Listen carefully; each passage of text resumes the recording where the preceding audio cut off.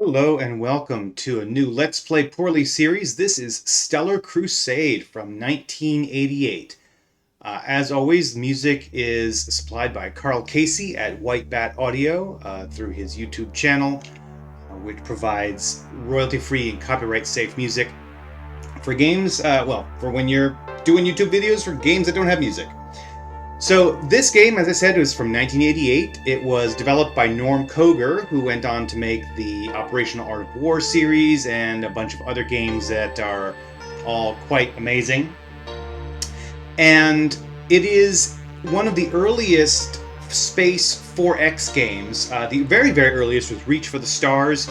This one came out a couple of years after that, and I feel is a lot more interesting than that game. It has a lot of the precursors to what becomes the standard for Space 4X games. It is a much more appealing game to me, even though Reach for the Stars is quite good. I spent a lot more time in Stellar Crusade. It is set in the far future, in a war between the Corporate League, or the League, and the PHR, the People's Holy Republic, which is sort of a mishmash of, it's a bit loud perhaps. Let me tone down this music a touch. Hope that's better. At least it's better for me anyway. It's set, like I said, in this war between the League and the PHR, the People's Holy Republic. People's Holy Republic is historically, according to the story of the lore, a descendant of this American Northwest collective sort of breakaway country or something, but the whole game itself has a very Cold War vibe to it in terms of just the oppositional forces. You've got the capitalist West versus the communist East in a way, but it doesn't really matter for the gameplay, so the weird jingoism inherent in that is not really important. And one of the interesting things about this game is that it is potentially two-player. It's a hot seat game, but we're going to be playing it solo, solitaire. So we're going to go ahead and hit a new game.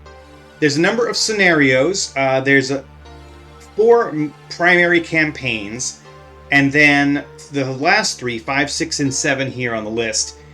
6 and 7 are combat only, and scenario 5 is exploration only. And those 3 are kind of ways to teach how the game works, and the manual expects you to try 6 and 7 first, and then do 5 after you've learned a little bit more, and then do 1 through 4 in whatever order you want at that point. So we are actually going to follow the advice of the manual and do Gold River, which is scenario 6. We're going to have maintenance and training on, which is important because in this game, when ships get damaged, they have to take on spares to repair them, and that is managed by maintenance, which you can turn on or off. And then command control and fog, which is, I believe, captains or generals and admirals. I think that's one of the things that's included. And also fog of war. So we're going to keep those in. We're going to have difficulty pushover because I am crap at this game, and I have attempted to play it twice in recordings, and both times I realized I didn't actually know anything about what I was doing, and it was not a good time to watch. So we're going to go ahead and play solitaire, and then there is a documentation check. Let's see here. This is an old school DRM. There we go. And so this is the map. And this is the map on the game. In the game itself, if you want to see the map overall, like the not the topographical map, but the connection layout map, we've got this here. So the League systems are these ones with the X's, and we start our game in Ramage C and B as well. And the PHR systems are here, Brotherhood, Unity, and Progress. And we are in Laird Star, Alger, and in this scenario, we're also in Ramage B and C. And our goal for this particular run, this particular scenario, is to take over Brotherhood. We have to go out there, fly to there, and take over the space outside, or off the planet, and then drop our combat forces down onto the planet itself. And that is Brotherhood right there. So we won't need to worry about too much about all those pie chart metrics and stuff in this scenario. We're just doing the combat stuff, but it is fairly straightforward. You've got agriculture, you've got organics, you've got metals, and then you've got production, I believe.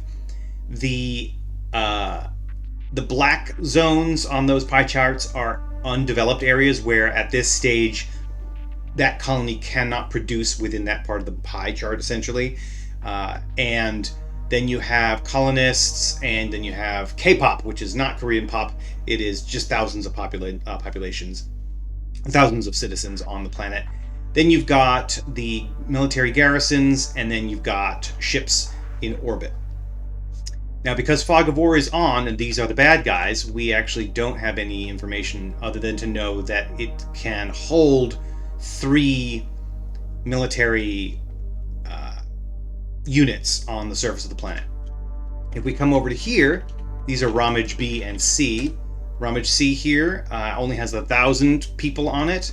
It's got very low organic production, or no, very high organic production, but pretty low agriculture and metals, I guess.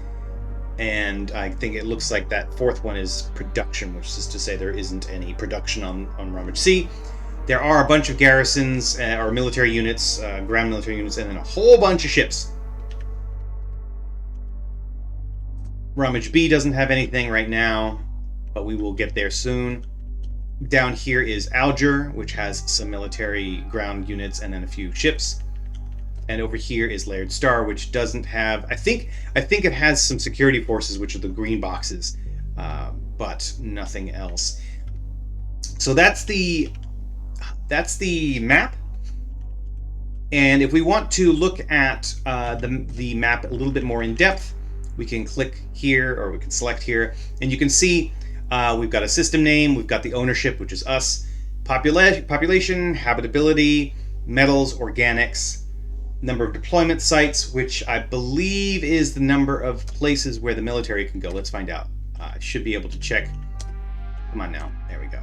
1, 2, 3, 4, 5. Yes. Okay. So deployment sites is the number of spots for military units. Defensibility, the report date, which is the last time we got information about this system, which is now because we are here.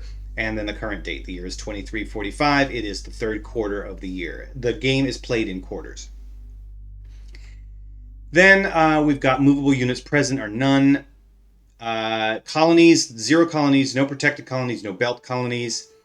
No exploration ships, I think, or exploration kits, maybe. I think that might be exploration kits. And then no farm kits, no mine kits, refineries and factories.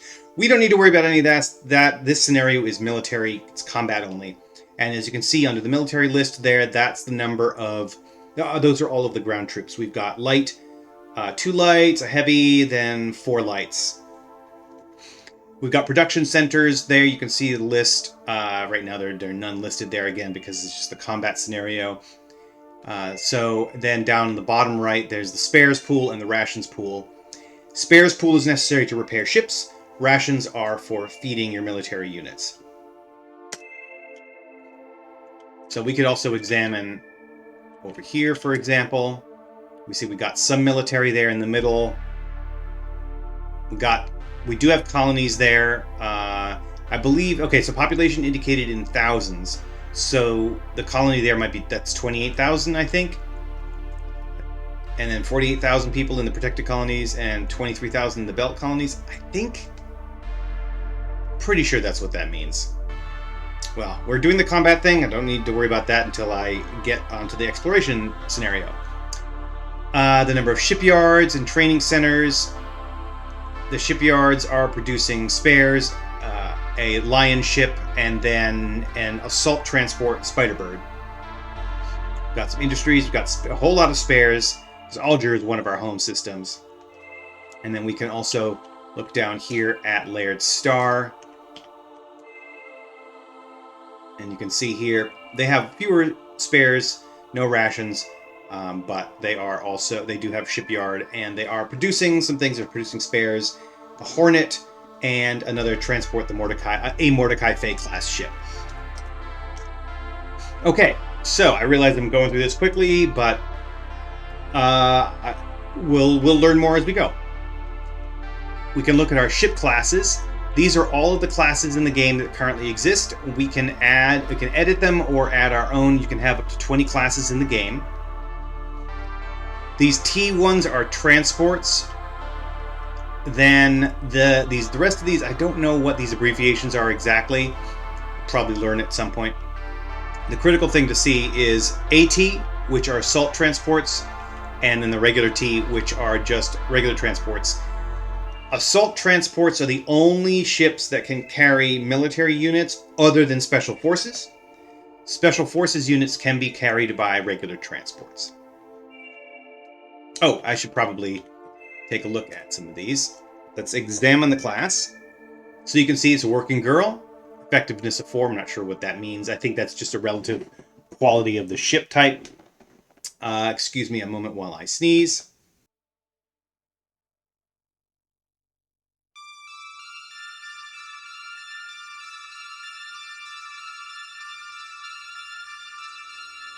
There we go. I hope that music entertained you while I was sneezing. The fall sucks. But I love the fall. It's my favorite season, but it's also my least favorite season. All right. Well, I want to show you also. Oh yeah. Well, I guess what I really want to do is show you here. We can see they have a transport capacity. They've got a cargo capacity of 8 and an assault capacity of 0 because they cannot transport regular military units. Let's take a look at a military ship. What you can see here is they have. Well, this is not a good one to look. Let's find a better one. That's a better one. Okay. You can see their weapons. They have long-range anti-R, anti-I, and then short-range anti-R and anti-I, and then long-range defense and point defense. So there's two kinds of space. There's real space and imaginary space, I-space. I-space is sort of like hyperspace, and R-space, real space, is real space. And there are two types of weapons, long-range and short-range. Short-range weapons are non-depletable, so they can just keep firing over and over and over again. Long-range weapons are single-use weapons. And once they're fired, they go into a damaged state, and then they have to be replenished with spares. So you need to kind of have good supply lines in order to be able to use your long-range weapons, which are the most effective, devastating weapons in the game. Now, if you are in real space, you can use, if you're targeting a real space ship, you can use anti-R weapons. If you're targeting a ship that's in I-space, it has to be fired upon with an anti-I weapon.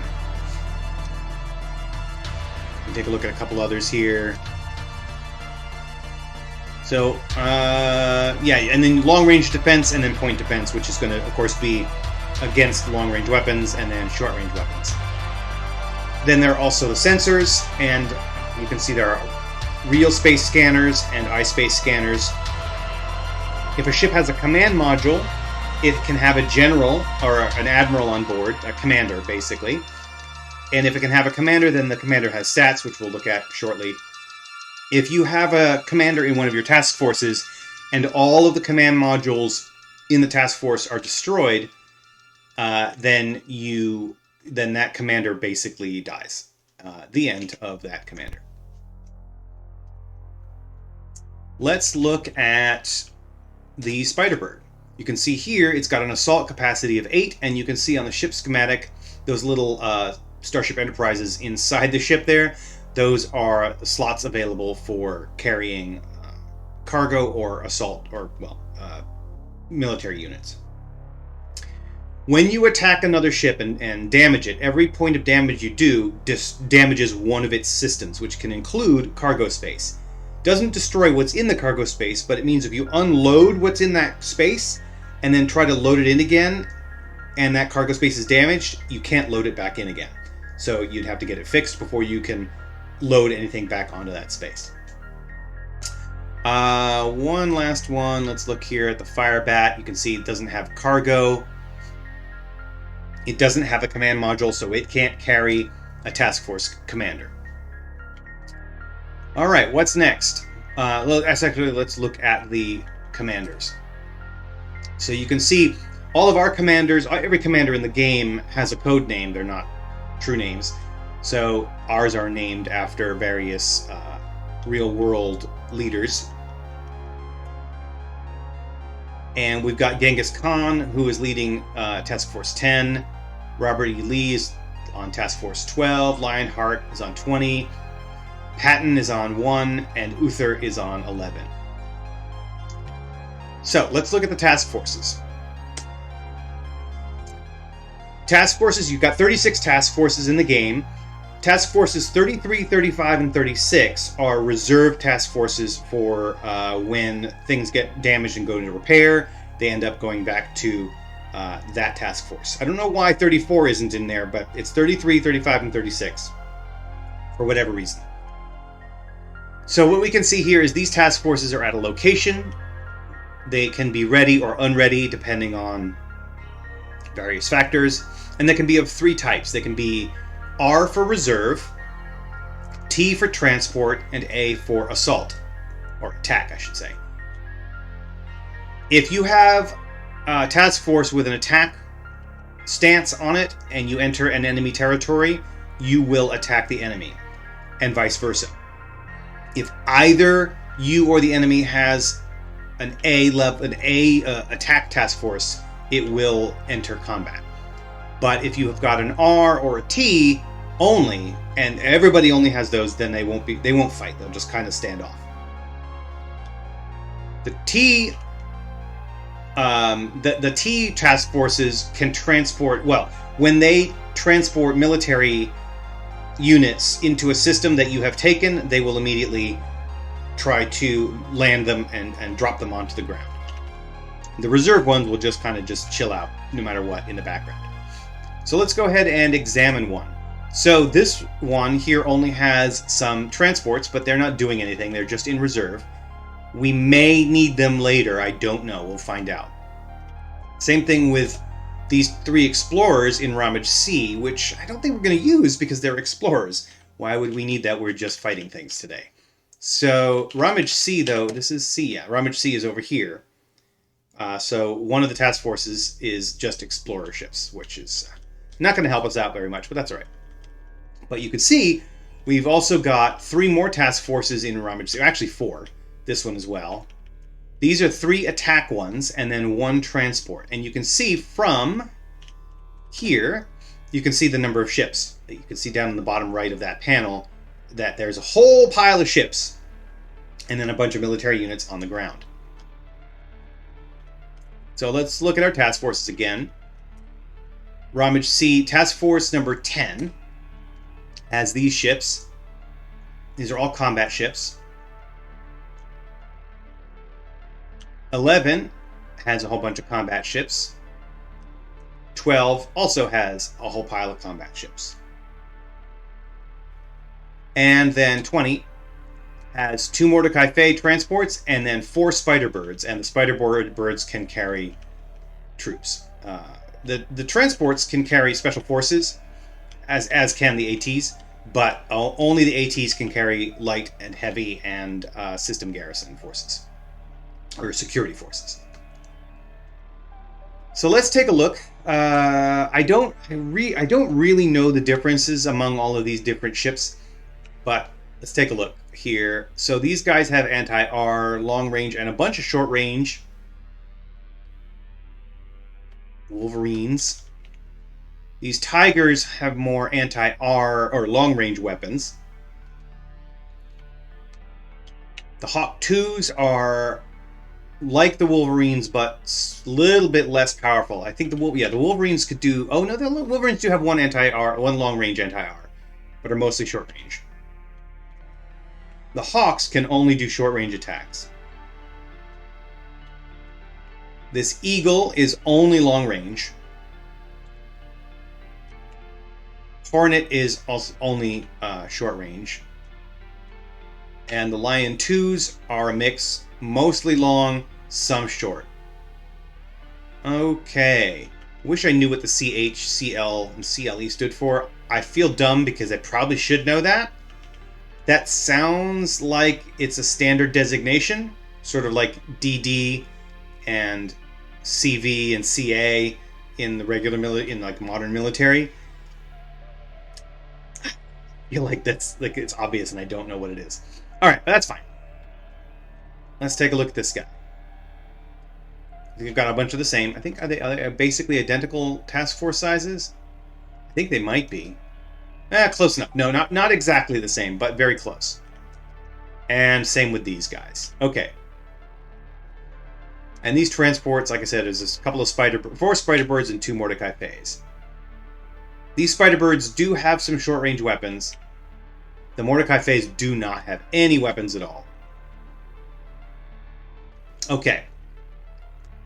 Let's back out for a second here and take a look. This is in Rummage Sea. It's where all of our current military vessels are. And we need to take out Brotherhood. But we can't go straight there, I don't think. Let's check distances. Our maximum range is 20. Check here. Up to here. Oh, we could. That range is 17. We could do a straight up assault. But I worry that if we do that, something bad's going to happen. Because these guys over here, that's a 20 light year distance. They could, theoretically, just pop in right behind us and kick our asses. Let's see if we can see anything about them. We don't really know much. We know they have at least one ship there. Let's see if we can examine the system. Okay, their last report date was now. You can see on the upper right side, the report date is 3rd quarter of 2345, and that is currently where we are now. So it looks like that is probably good information, that there's one ship up there. Well, no, maybe it's probably not, actually, because this says that we don't have any ships in Brotherhood, but I know for sure there's got to be. And the last report was in the same quarter. So yeah, we definitely don't know a lot. There's more back here. And more back here. We do know at least a little bit. They've got at least 2. And up here, we don't know anything. Okay. Next up, information about the transport pool. So the transport pool, which doesn't have anything in it right now, is used to shuttle rations and spares around and so forth, and goods and things. And you need that in order to keep your economy going and to keep your military in what it needs. We don't have anything in the transport pool, and I probably won't need any for this particular scenario. Next up is Training Command. These ships are just sort of chilling out. They've been repaired, and they're in Training Command, ready to be deployed somewhere. So we don't have them deployed anywhere right now, and I don't know if we need to deploy them just yet. But these are essentially reserves. And these are abstracted, so they're not anywhere on the map exactly. They just are somewhere in space. Then finally, ships in transit. Whoops. So we can see that there's a number of ships that are going to a variety of different places. So we have some going to Task Force 11, some to 10, 1 to 12. One of them is going to one of the repair task forces, and they will arrive within the next couple of quarters in all cases. So when you transport things in sort of a strategic movement rather than on the map, then it usually takes between 1 and 4 quarters or turns to get there. So it's a randomized number. And we can see that some are going to Training Command, some are going to the Raiding Command, and some are going to the Transport Pool. Raiding Command, Escort Command, and Transport Pool are all kind of related together. Like I said, Transport Pool shuttles all your goods around. Raiding Command targets the enemy's Transport Pool. And that is also abstracted. You put ships in that command, and then it attacks the Transport Pool during the turn. And then the Escort Command escorts your Transport Pool and fights back against the Raiding Command of the enemy. It's very complex. Very, very interesting complexity, given that this game is from 1988. All All right, so let's finally, now that we've gone 25 minutes into this and haven't done a damn thing, this is going to be another long episode. We've got our task forces. Like I said, we've got some working girl and some Mordecai Fays. We'll just leave them there for now, I think. And then these explorers. Let's see. Ramage C is in danger, right? Because we've got the enemy is right here, and they are 20 away from us. Let's actually really quickly let's go to the map. So you can see they're over in Unity, and Ramage C is here. And so they can just go, boom, right over to us. Same thing with Brotherhood. We want to go to Brotherhood. Progress is beyond. So it's this here. This is this little section right there. That is a problem for us. Because if we move our guys from Ramage C up, then they can come in right behind us. So you can see, yeah, that's Unity. All right, so I think the first thing I want to do is I want to move those explorers out. So let's find a good place for them. Let's see if they can move from here to there. That's Kifrin's star. It's only 7 light years, so they should be able to do it.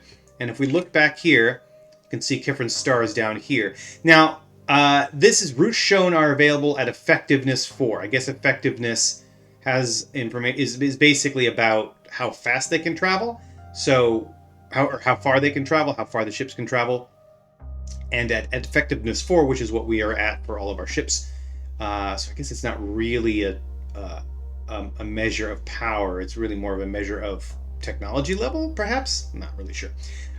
These routes are available at that effectiveness, and so we could pop from Ramage C to Kifrin's star, and then the guys at Unity wouldn't be able to go directly across. I think that's what we're seeing there, right?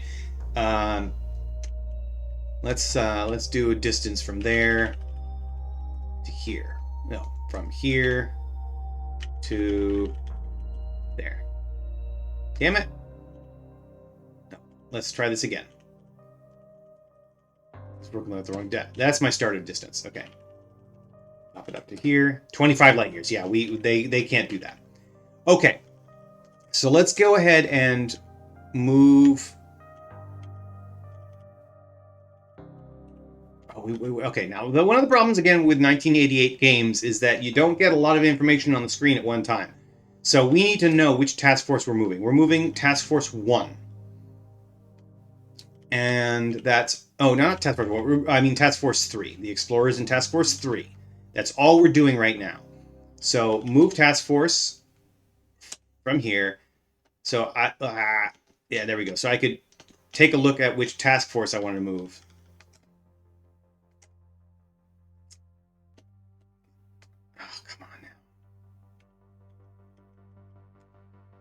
There we go.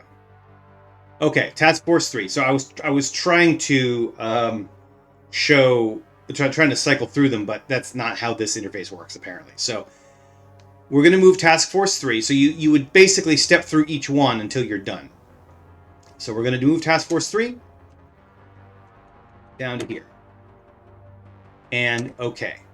Okay, so now the next one to select is Task Force 10, but we're not going to do anything with 10 right now. We're going to leave it there. So let's take a look at our task forces. Kifrin's star. That Task Force 3 has moved.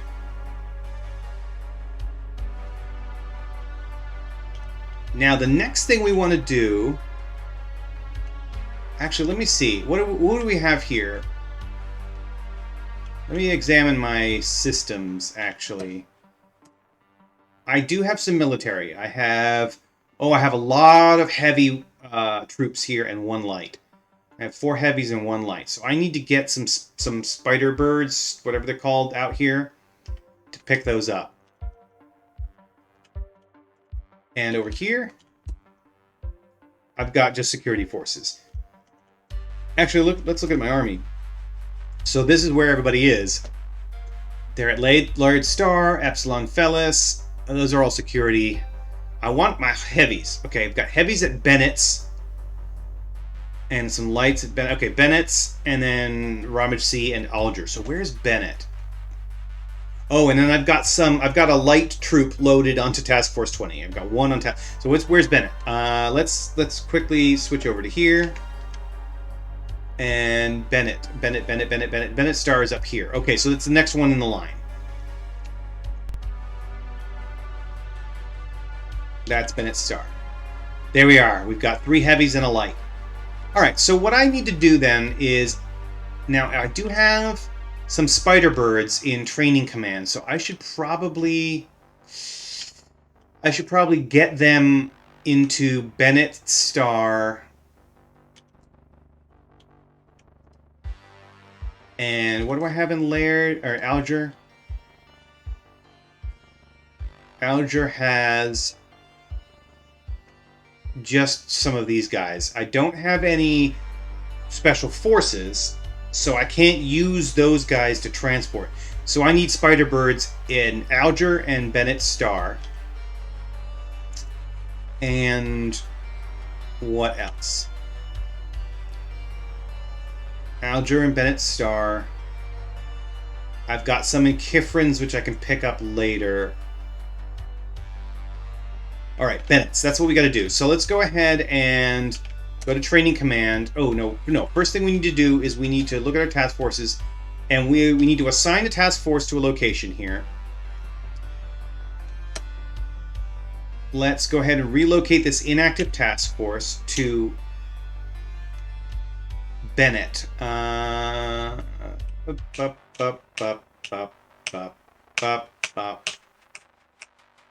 Bennett. Okay. Task Force 2 is now at Bennett Star. Now we're going to go into the training command, and we're going to reassign our spider birds. How many do we need to reassign? Actually, let me see. That's this game. This game is trying to do so much with such a tiny little interface. I mean, this is like CGA quality graphics, right? Bennett Star has 1, 2, 3, 4 units. Okay, 4 units. Okay, fine. All right, I can use all of my spider birds then. I'll use all of my spider birds. Oh, but let me first look at my ships in transit. Do I have any spider birds going anywhere? No, I don't. All right, so training command. Let's move our spider birds. And we're going to move them to Task Force 2.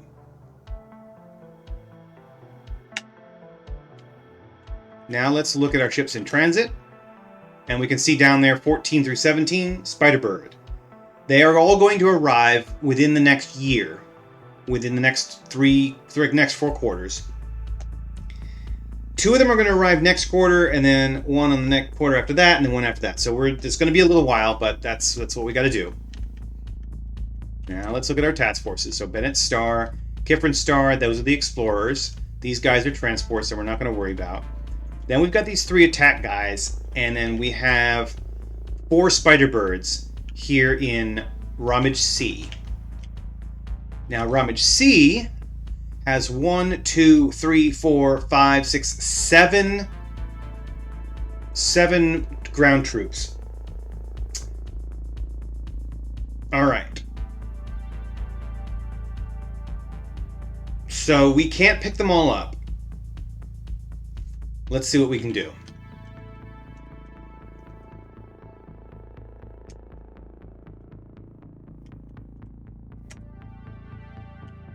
So on the Spider Bird, let's go ahead and do we want to express load the task force? No, wait, no, we can't express load. Oh, okay. So that Earth-like colonies. Oh, the colony numbers that we saw on the examine system was not the population of the colonies. It was just how many colony kits there were. Okay, that's good to know. So let me go ahead and correct what I was saying. If we go here, these numbers in that middle left, colony, protected colony, and belt colony, that's the number of colony kits that are available at that location. The population stuff is down in the bottom right, and then the top. Population is 1981, indicated in the thousands, so that's quite a lot. But okay, task force back again. So we can't express load. So let's go ahead and examine and load. We're gonna load available cargo here. All right, we have one heavy and the rest are lights.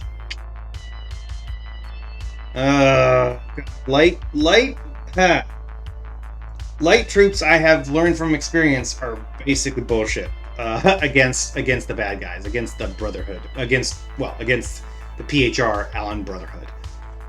So we definitely aren't going to want to do an attack until we can get the other Spider Birds from the other task force from Bennett Star over to us. But we are going to load one, and then we're going to move to the next Spider Bird and load one of those. And you can see now on their ship schematic, the little purple buttons, the little purple squares, those are the elements of the troop loaded in.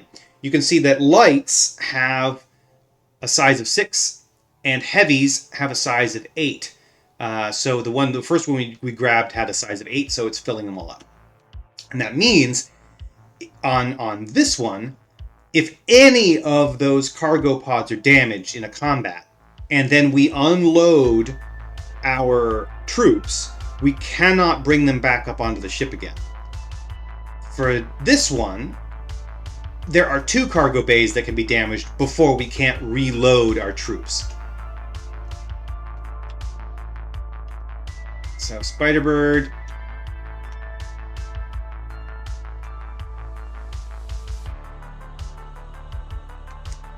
Let's load you. Is that it? Oh, okay. So we actually had a few already loaded. So you can see now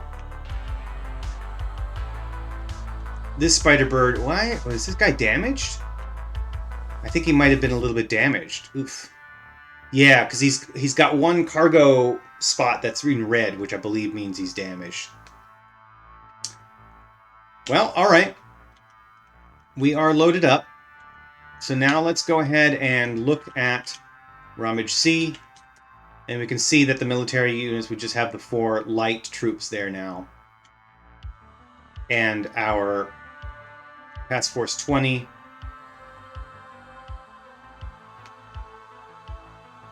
Loaded, loaded, loaded, loaded.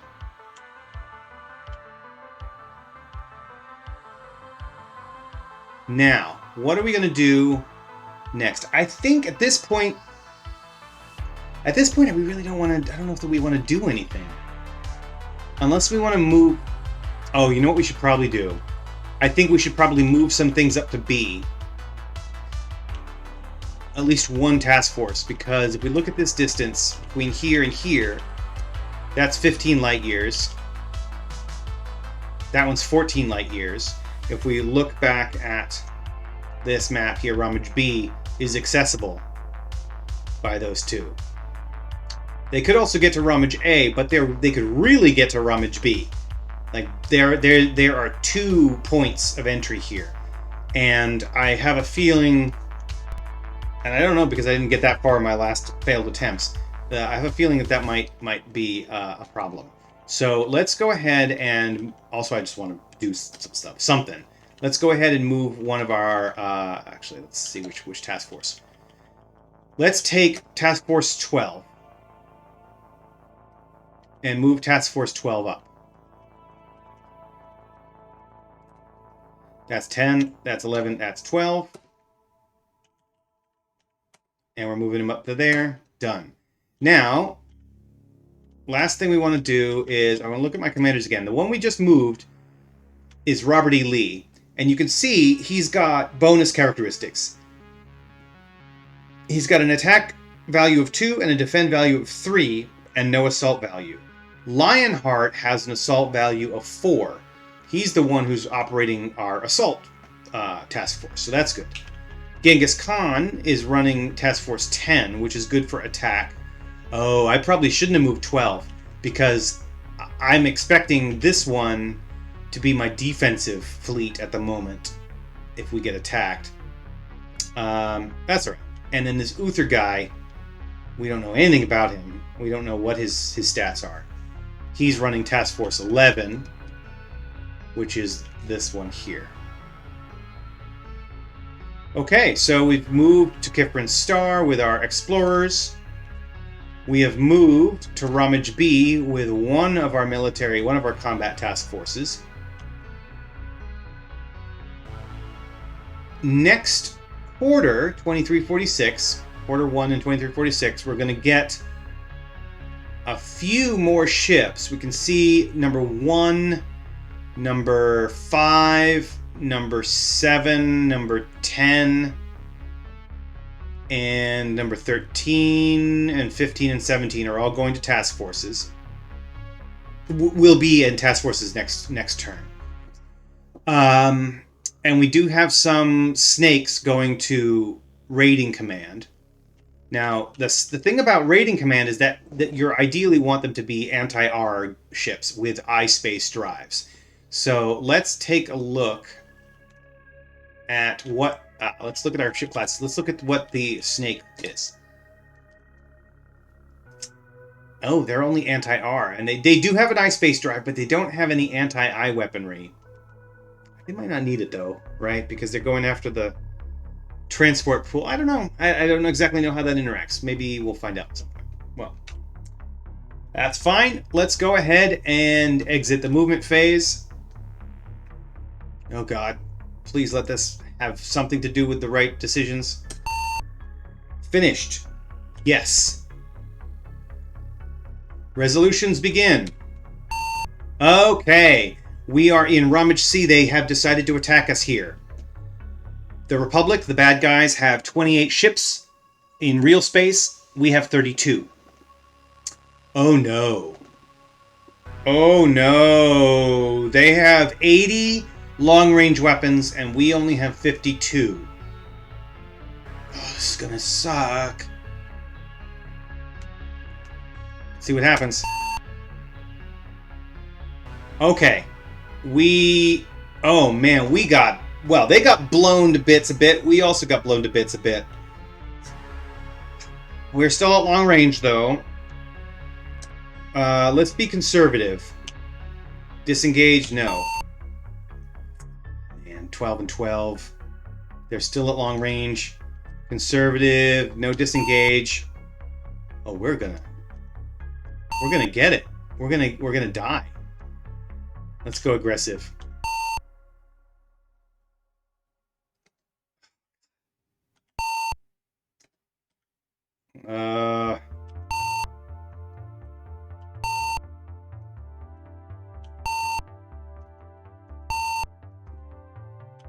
We're gonna have to disengage. Disengage, yes. Yes.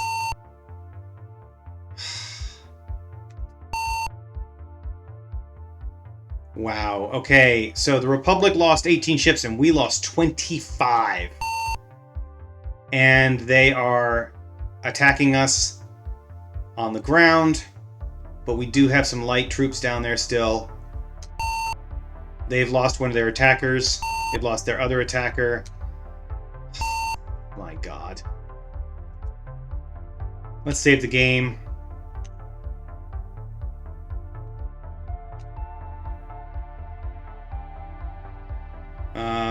Let's change the file name. What do I need to hit to change the file name? This one? Okay, file name is called... We're going to call you...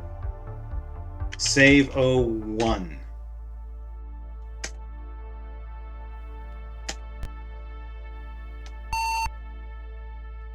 Oh, let's look at what we have. Ships in transit.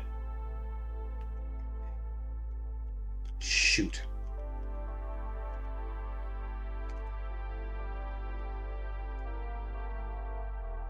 So these guys are now in reserve. And look at that's all that's left. Holy crap, that's all that's left. I really shouldn't have done that, huh?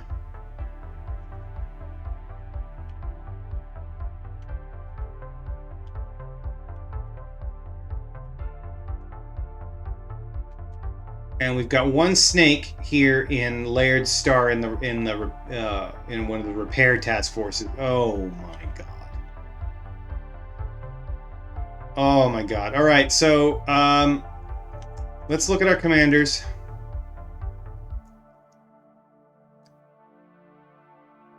Oh, one of those guys is dead. Uther dead? Oh no, Uther is not. Is Uther dead? Uther's not dead. Oh no, Uther is dead because he was 30 years old before, and now his codename has changed. He's a new guy. So, Task Force 12, I think, had... Wait. Task Force 11 has no commander, I think. Yeah.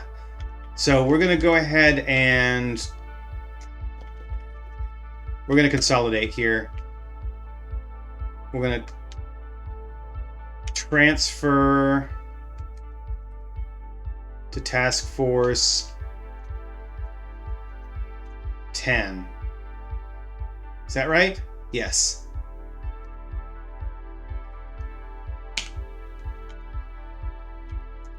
Now Task Force 10 has our ships. Oh my god. Oh my god, we might be dead and like in turn 1. This game is so brutal. I love it. Well, let's take a look. The Bennett Star task forces are... Let's see. The Spider Birds will be there. What year? What day are we on now? Oh, we were in quarter 3, not quarter 4. My mistake. Okay, so we still have one more quarter before anybody shows up in Task Force 2. Okay. Oh man, this is real bad. It's real bad. And you can see now over here, there are PHR ships in this system. Because of that little cross swords thing there. Well, that's rough. I guess we're going to leave it here then. And when we come back, we're going to try not to get completely annihilated. How's that sound? Thanks for watching. See you next time.